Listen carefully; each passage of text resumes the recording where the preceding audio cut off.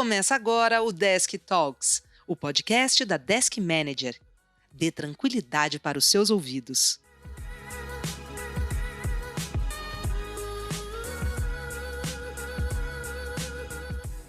Eu sou Bruno Sankara e esse é o Desk Talks.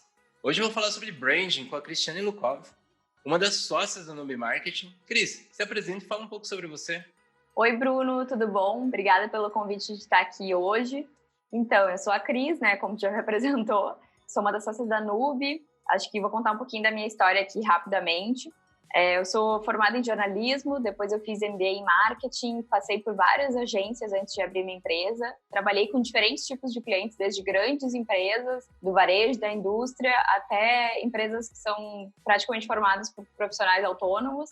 Então, isso me deu um background de entender que mesmo com necessidades completamente diferentes, tem alguns pontos que são incomuns, independente da sua área de atuação e do seu tamanho. Legal, Cris. Cris, o que é branding e por que é importante a gente falar sobre isso?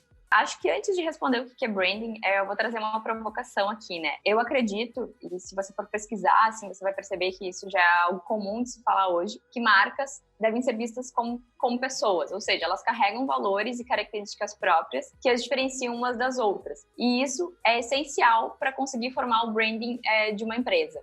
Cris, branding é para qualquer empresa? Pois parece que é algo para empresa de marketing, empresa de software ou uma grande empresa como a Coca-Cola, Nubank, McDonald's. É para qualquer empresa? Sim, branding é para qualquer tipo de negócio, qualquer tamanho de empresa e tem que ser pensado, Isso é essencial, assim.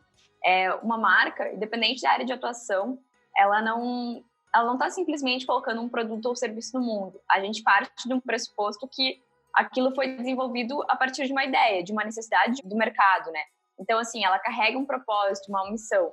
Mas ainda tem muita gente que atrela o branding a fazer um logo bonito ou ter uma identidade visual bacana. E não é isso, é algo muito mais complexo e muito mais profundo. Beleza, Cris. Então, não é só sobre um logo bonitão, mas também tem algum logo bonitão no meio? Claro, sempre tem, Mas essa é uma etapa que... o branding é um processo, E essa é apenas uma das etapas, é a ponta do iceberg, assim, quando a gente fala, Construção de marca envolve estratégia, e é isso que o branding faz, Ele é o posicionamento, é a personalidade, é a essência, o tom de voz, é estudar as personas, o público-alvo que a gente está falando, o propósito, os valores, a promessa da marca, o storytelling e a experiência que a tua marca está prometendo para aquele público, Bacana você falar sobre a parte estratégica. Então, isso é uma ferramenta estratégica, não é algo que a gente vai só por aparências. Exato. Como eu falei antes, a identidade visual, ela vai carregar um nome, a paleta de cores, um tagline, uma tipografia, elementos gráficos, mas é só a ponta do iceberg. Esse é só só um pedacinho do que é o branding, Eu acho que se eu fosse resumir tudo que engloba o branding, além do que eu acabei de falar ali antes, eu diria que o branding ele envolve a história. Então, a tua marca ela precisa ter uma história para contar, Ela precisa ter uma bandeira para defender, o contexto, então, a partir do que essa marca surgiu, qual foi a necessidade, qual era o movimento cultural que estava acontecendo na nossa sociedade, por que era importante ter isso. Principalmente agora, quando a gente fala desse contexto de inovação, que surgem vários produtos para resolver alguns problemas que a gente vive, é muito importante que isso seja claro.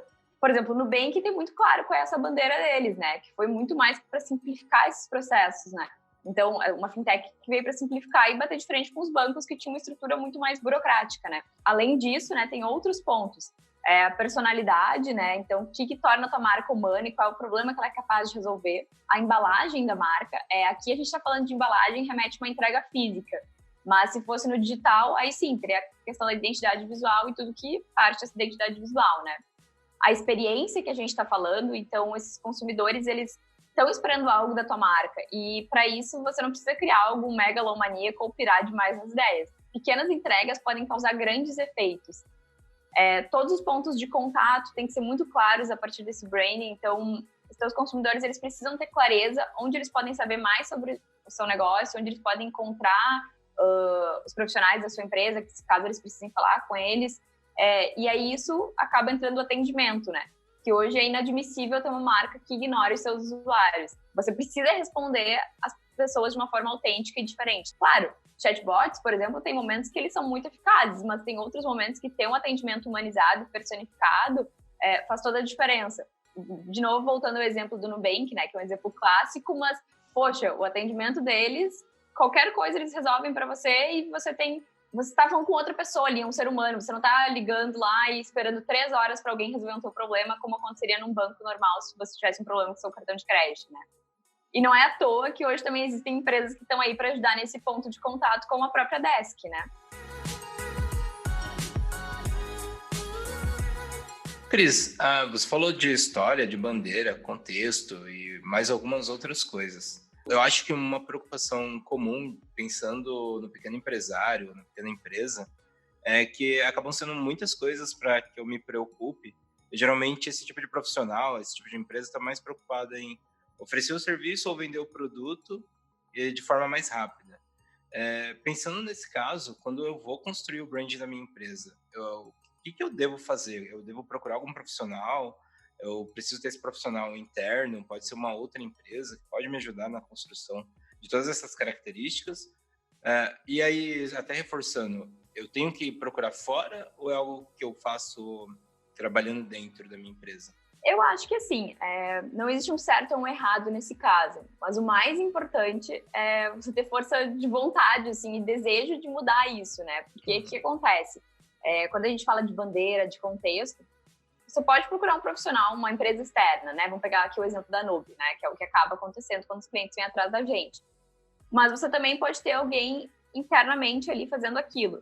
Só que, indiferente de ser a Nube ou ser um profissional interno, quem sabe desse contexto, dessa história, provavelmente foi quem iniciou aquela empresa, né? Então, ele vai ter que se envolver nesse processo, sabe? Isso é muito, muito importante. Não adianta você deixar na mão de alguém e esperar que ela vai resolver tudo ou que ela vai criar uma história linda para falar da sua marca.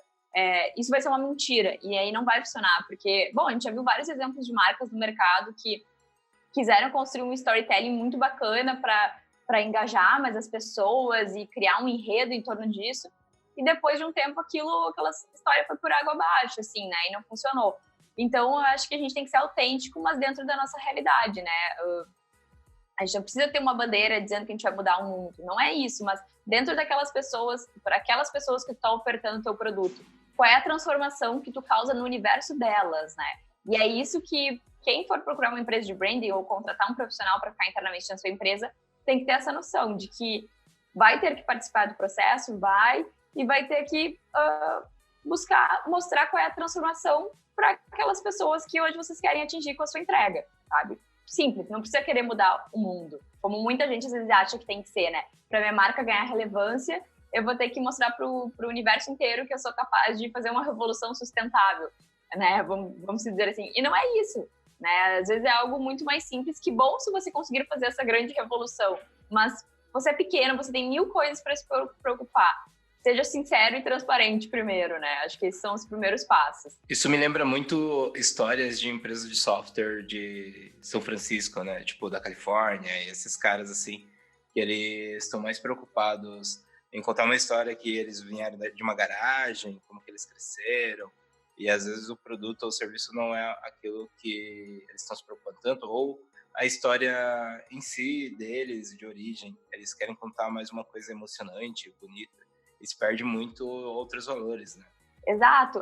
Também assim, né? Como a gente falou, agora, pode ter um storytelling assim, que seja impactante, né? Como esse que você estava falando agora, mas a gente também tem que ter a humildade, muitas vezes, de saber escutar o seu cliente final, né? Então, assim, sempre nos nossos trabalhos de branding, pelo menos, tem uma etapa em que a gente vai escutar diferentes personas ali, né?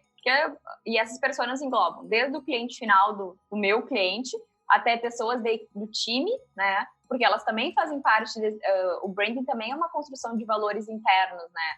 Então, ouvir tudo isso, e já aconteceu muitas vezes casos que, assim, a gente chega, traz aquilo ali documentado em diferentes frameworks de trabalho, enfim, mostra para o cliente, e o cliente ignora o que eu falei. Se, por exemplo, assim, eu falei que a metodologia de trabalho não está ok, tem algumas críticas em relação a isso. Poxa, isso é um ponto muito importante de ser revisto, porque a tua marca está perdendo valor no mercado. Tudo bem, então o consumidor no final ele pode ficar satisfeito, mas a gente está causando um processo de trabalho que não é muito confortável para ele, por mais que a entrega final seja ok, né?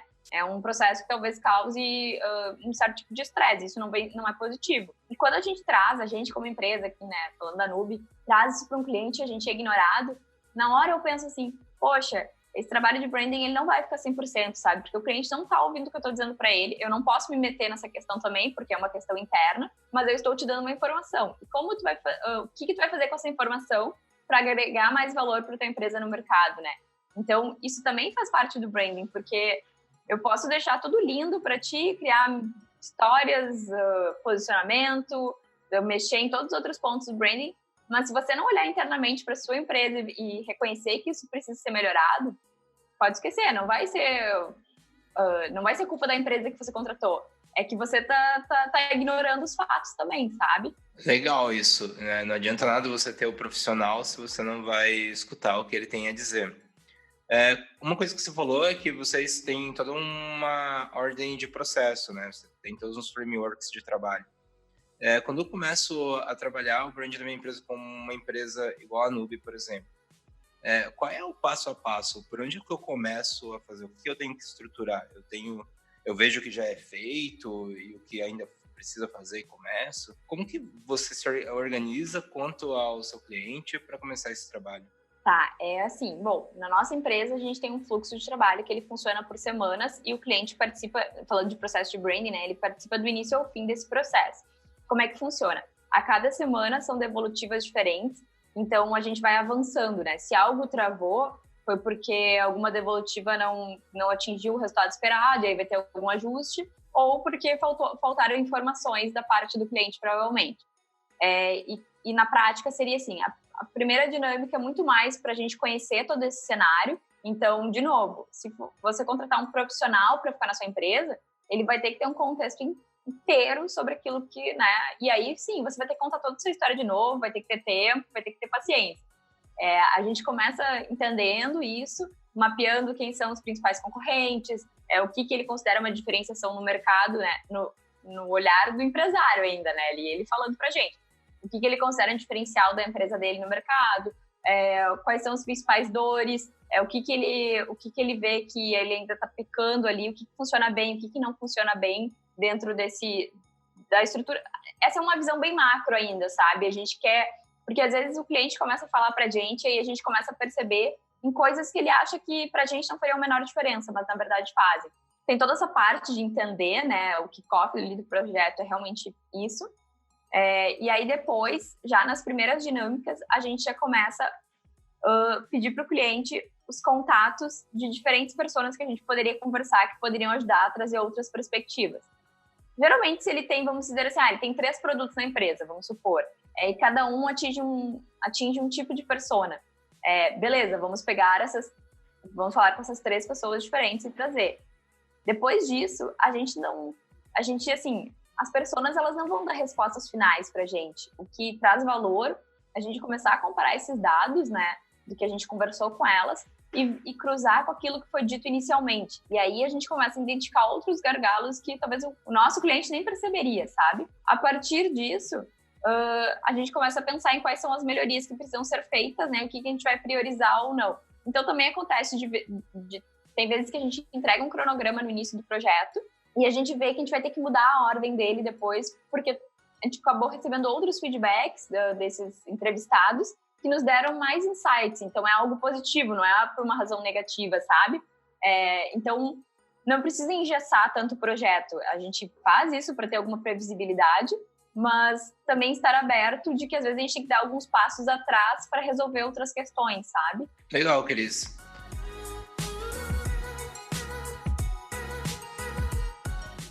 Cris, o que é mais comum do cliente estar esperando de você? Eu acho que, assim, o cliente ele não espera, eu vou responder ao contrário primeiro, ele não espera que a gente tenha esse olhar para dentro, faça um diagnóstico, uma reflexão da empresa dele. Muitas vezes ele está esperando já a execução, ou seja, ele quer mudar as frases do site dele, ele quer fazer um site novo, ele quer ter, de novo, naquela história da identidade visual, mas ele não quer olhar para dentro e pensar no que pode ser melhorado, sabe? E o branding, ele tem essa necessidade, porque senão, realmente, você vai estar só executando um pedacinho dele, mas não fazendo um trabalho completo. Pô, Cris, pensar no site, pensar no logo também é importante, né? Tipo, acho que o primeiro passo, que quando alguém vai começar um negócio, faz o logo, depois faz o site, e a gente olha na internet as coisas básicas de construção, que é fazer uma chamada para ação, colocar um call to action e bora vender, já tá funcionando. Isso tudo que tu acabou de falar, Bruno, de ter o site, de ter ali ofertando o que você quer, é ótimo. Se você é uma pequena empresa e você precisa fazer acontecer, eu não vou te desencorajar disso, sabe? Eu acho que já é meio caminho andado quando você tem 1001 preocupações. Eu, por muito tempo, fiquei nesse estágio e nem sei se eu já saí desse estágio, sabe? E sei o quanto você só quer fazer acontecer as coisas. Então, assim, isso não invalida a sua boa vontade de ter feito isso, mas é importante que você pense que você precisa estruturar melhor, porque muitas vezes num site pode não estar tão claro aquilo que está sendo ofertado, ou daqui a pouco, porque por ser uma empresa jovem, muitas vezes você vai remodelando o seu produto e vai melhorando e vai entendendo outras necessidades. E como tornar essa abordagem mais clara para o usuário, ou muitas vezes, como ouvir o que o usuário tem a dizer para remodelar o teu produto, né, e a tua empresa, conforme isso. Então, o branding também parte disso, né?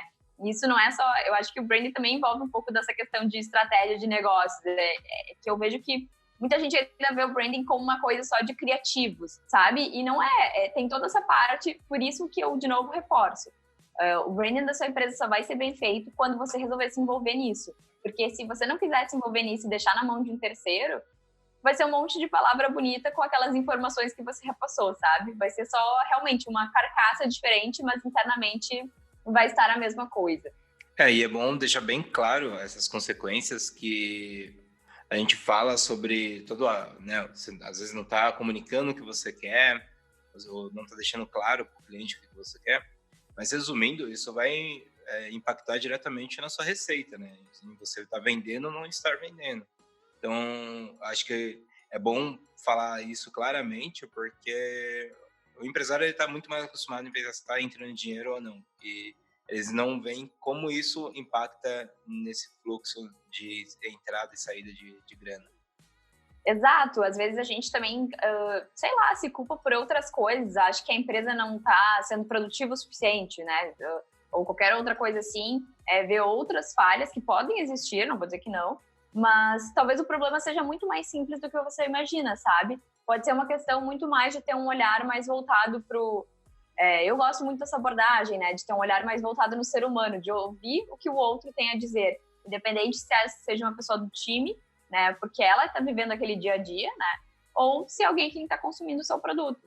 Então, o trabalho de branding, ele tem esse olhar interno.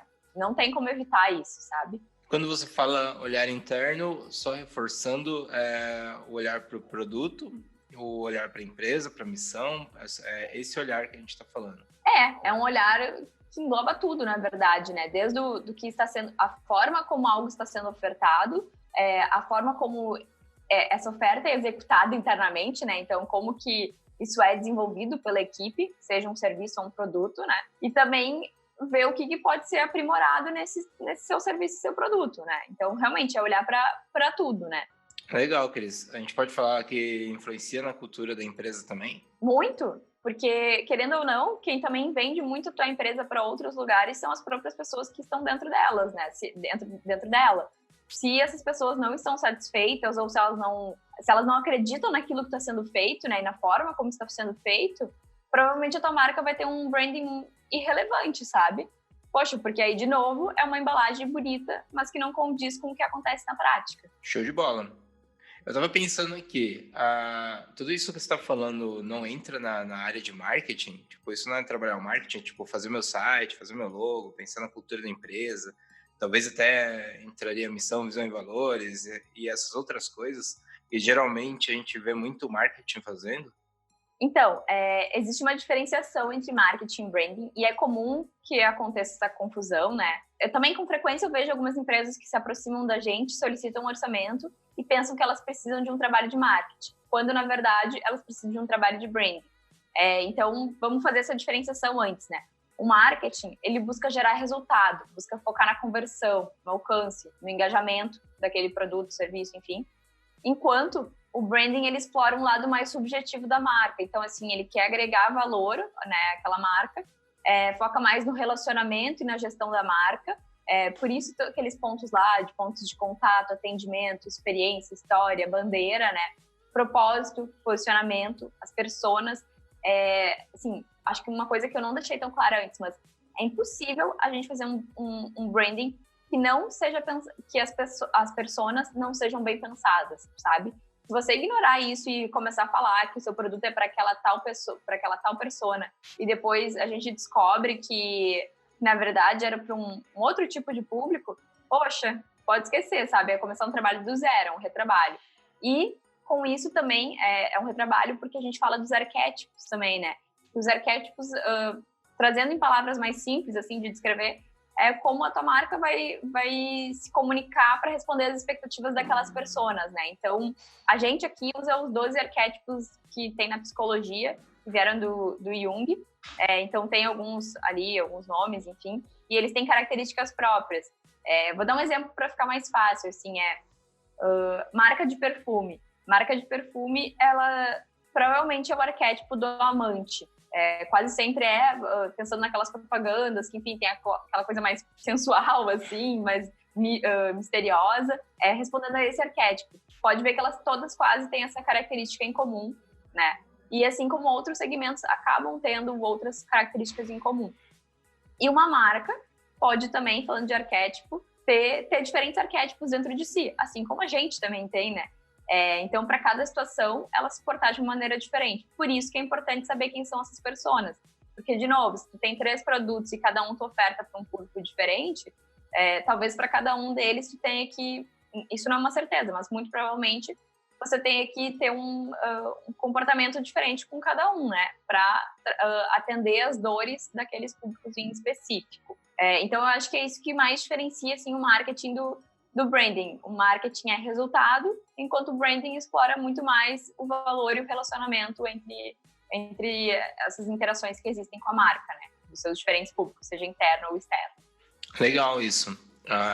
Falando na parte que entra muito o trabalho que a Desk faz, pensando em atendimento, se relacionar com as pessoas é algo super importante. Então, ter uma estratégia de branding bem definida até para esse relacionamento ser bem fluido, funciona muito bem. O modo que nós temos que nos comportar, falar com o cliente, como a gente vai expor a nossa marca e tudo mais. Todos esses detalhes entram muito ali. Seria algo nesse tipo, né? Também isso é um dos pontos, né? E eu acho que, assim, de novo, falando de atendimento, né? Hoje, eu sempre lembro de uma frase que a minha mãe me dizia quando eu era criança, assim, se a gente entrava numa loja e a gente se sentia mal atendida, ela me dizia: eu não comprei aqui porque eu fui mal atendida. Eu não quis comprar. Eu queria comprar aquilo ali, mas eu não comprei porque eu fui mal atendida e resolvi ir embora. Hoje, aquilo ali tinha um esforço físico maior, de tu ter que ir até um lugar, né, se deslocou para entrar na loja, etc, etc. Hoje, 2 cliques são suficientes para tu não realizar uma compra, né? E porque talvez tu tenha sido mal atendida virtualmente, né? Com aquilo ali. Então, sim, ou uma resposta mal dada pode gerar uma crise muito maior para sua empresa, né? Até porque acaba que no mundo físico ali é uma conversa, né? Que muitas vezes é boca a boca, né? E o outro tá ali, tá escrito, né? Então, assim, tenha muito cuidado com o que você diz. Pode ser que às vezes o cliente sempre tem razão, ok, vírgula, né? Em alguns momentos pode ser que não seja bem assim, mas tenha paciência e cuide das respostas que você vai dar, sabe? Acalme ele, mostre que você se importa e reconheça o erro, porque às vezes uma marca erra, ninguém é perfeito, né? O cliente também erra. Então, que forma de tornar isso o mais transparente possível, sabe? E essa é uma prática que eu venho muito colocando até na minha vida pessoal, assim, mas isso da transparência no branding é essencial, porque pensando nesse caso de atendimento, sua marca errou, ok, seja transparente, traga a solução também, não fique só em volta do problema, né? E também, acho que no próprio branding da marca, quando a gente fala de construir uma história, seja transparente com a sua história, não precisa criar algo super fantasioso, né? Não é isso, mas seja honesto com aquilo ali, essa foi a sua vivência, foi assim que você chegou onde você está hoje, sabe? Onde a sua marca está hoje. Você precisa criar uma história de garagem para querer vender mais, né? Exato. Legal, Cris.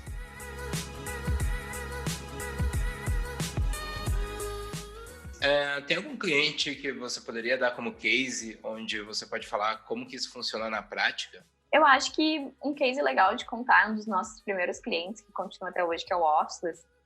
O Officeless é uma empresa que ajuda outras empresas a implementarem o trabalho remoto, então ajuda times e lideranças com essa questão. E o Officeless começou, na verdade, sendo um movimento que foi criado a partir de outra empresa, né? Que era, vamos chamar assim, a empresa mãe, né? E depois isso tomou proporções muito maiores, né? E o que mais bacana do Officeless, eu posso falar isso porque eu comecei desde o início, né, com eles ali, criar conteúdo sem esperar nada em troca foi um grande resultado, assim, gerou muito valor para a marca. As pessoas viam que a gente falava de dores que elas tinham, a gente fazia questão de responder uma a uma, e até hoje é feito isso, né? E naquela época os produtos não eram ofertados de forma tão clara, assim, hoje que está tendo mais esse movimento maior. E isso gerou muito valor para a marca, porque as pessoas criaram uma identificação enorme, assim, e viam, nossa, eu também passo por isso. E o mais legal também era que algumas pessoas começaram a se conectar por conta do Officeless, entende? Mas não foi algo gradual, assim.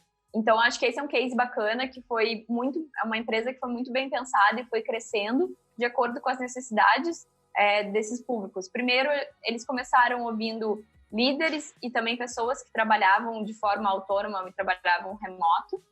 Hoje já é mais focado nos líderes, né? Mas sempre foi acompanhando esse movimento de mudança e evoluindo conforme o contexto que a nossa sociedade ia se inserindo, sabe? E foi mostrando para as pessoas e abrindo um pouco esse leque de possibilidades das pessoas. Muito a partir de relacionamento e de conteúdo, sabe? Então, é algo que a gente tenta dar voz, ainda no Officeless, né? A gente tenta dar voz para a comunidade ali, as pessoas mandam suas dúvidas, a gente responde, a gente tenta construir conteúdo, tanto podcast quanto o conteúdo das redes sociais, com base no que as pessoas nos pedem também. Então, isso é muito bacana, assim, e eu acho que esse feedback eu já recebi algumas vezes, e mais legal que não foi só de pessoas nas redes sociais que comentam, nossa, obrigada, vocês me ajudam. Não, foi de eles irem em empresas e falarem que isso também já deu resultado para eles de acompanharem aquilo ali que era sendo falado, sabe? Então, tem uma história legal, porque o Officeless, ele surgiu de um movimento da empresa que eles têm, né, ali, do Startae, e surgiu porque era a cultura do Startae. Então, a cultura de uma outra empresa deu origem a uma nova marca, vamos dizer assim, né? Eles enxergaram uma oportunidade ali. E aquilo ali é trabalhado de uma forma muito clara. Então, tudo que o Officeless fala são de vivências reais que eles tiveram, sabe? Em todo esse tempo, que foram 10 anos de empresa ali como Startae, que foi acontecendo remotamente.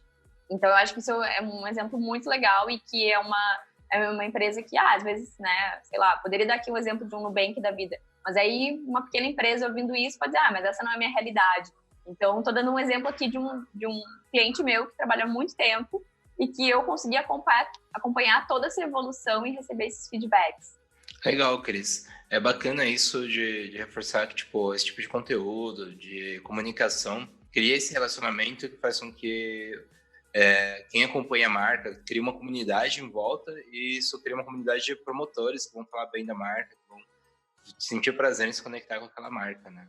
E eu acho que também tem um outro ponto aqui importante falar, que, claro, o Officeless é um time que a gente muito pega, assim, junto, trabalhando com eles, mas tem um grande esforço a parte deles, sabe? Se fosse depender só da comunicação, no início foi assim, que dependia mais da gente como fornecedora, acabava que não conseguia gerar todo esse impacto que gerou, porque, né, quem viveu todas as experiências foram eles, assim, e hoje eles pegam junto, né, a comunicação é algo que é feita por todos, não é? Eu posso ter outro papel lá dentro, né, falando de alguém que trabalha lá, mas eles vão pegar junto na comunicação se for preciso, sabe? E como hoje já trabalham dessa forma.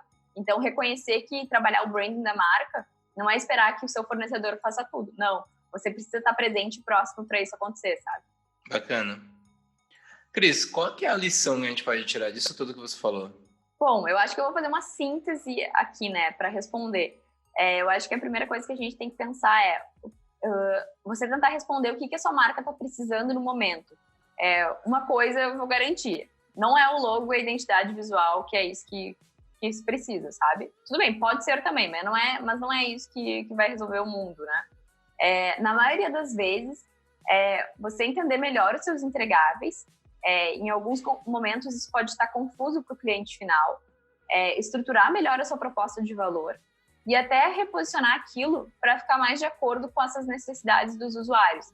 A forma como isso será comunicado, se será usando identidade visual X ou Y, se será no Facebook, no LinkedIn, no Instagram, num flyer, em qualquer coisa, são passos seguintes, sabe? Isso é o formato, é como a gente vai embalar. Mas pense antes internamente, rascunhe, estruture, veja se faz sentido, valide com outras pessoas, sabe?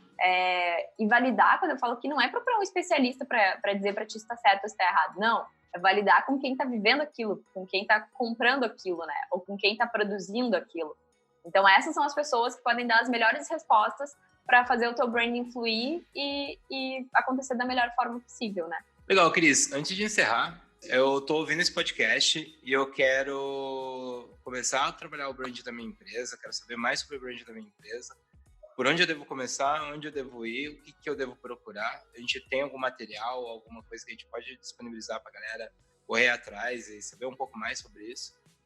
Bom, eu acho que assim, a internet tem muito material sobre branding.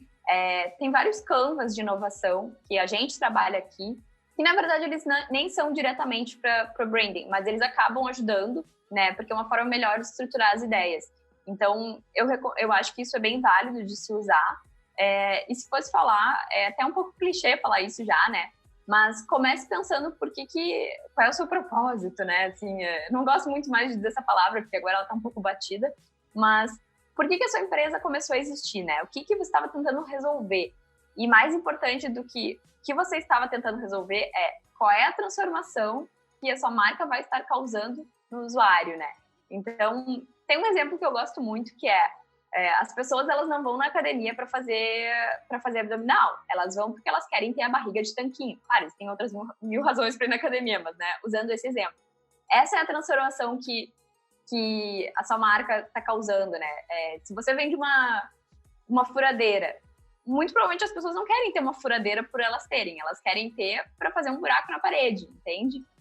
Então, começar a pensar por essa lógica, e aí o seu branding englobar tudo isso. E aí sim, depois, são trabalhados os outros aspectos. Mas comece a pensar e se provocar para responder essas perguntas, sabe? E principalmente escute o que os seus usuários têm a dizer, porque isso vai direcionar a evolução do seu produto também e a evolução da sua marca como consequência. Cris, foi um prazer receber você. Se você quiser deixar os seus contatos para o pessoal entrar em contato com você, tirar alguma dúvida, pode deixar. Beleza, muito obrigada, Bruno. Eu quem agradeço por estar aqui contando um pouco da minha história e falando um pouco sobre o branding, né, e como isso pode ajudar outras empresas. Se alguém ficar com alguma dúvida, quiser trocar uma ideia sem compromisso, pode me procurar no Instagram, no LinkedIn. Acho mais fácil do que falar, o Bruno colocar na descrição os meus contatos, meu nome é um pouco complicado. E também quem quiser seguir ou saber mais sobre o trabalho da Nube, é só entrar no site, que é nubmarketing.com, ou procurar no Instagram, Facebook e LinkedIn, que é Nube Marketing. Mas acho também que vai estar ali na descrição. Então eu acho que é isso. Muito obrigada. Valeu a oportunidade, Bruno. Beleza, querido. Eu vou deixar todos os links que você citou na descrição. E obrigado, hein? Tchau, tchau. Tchau, tchau.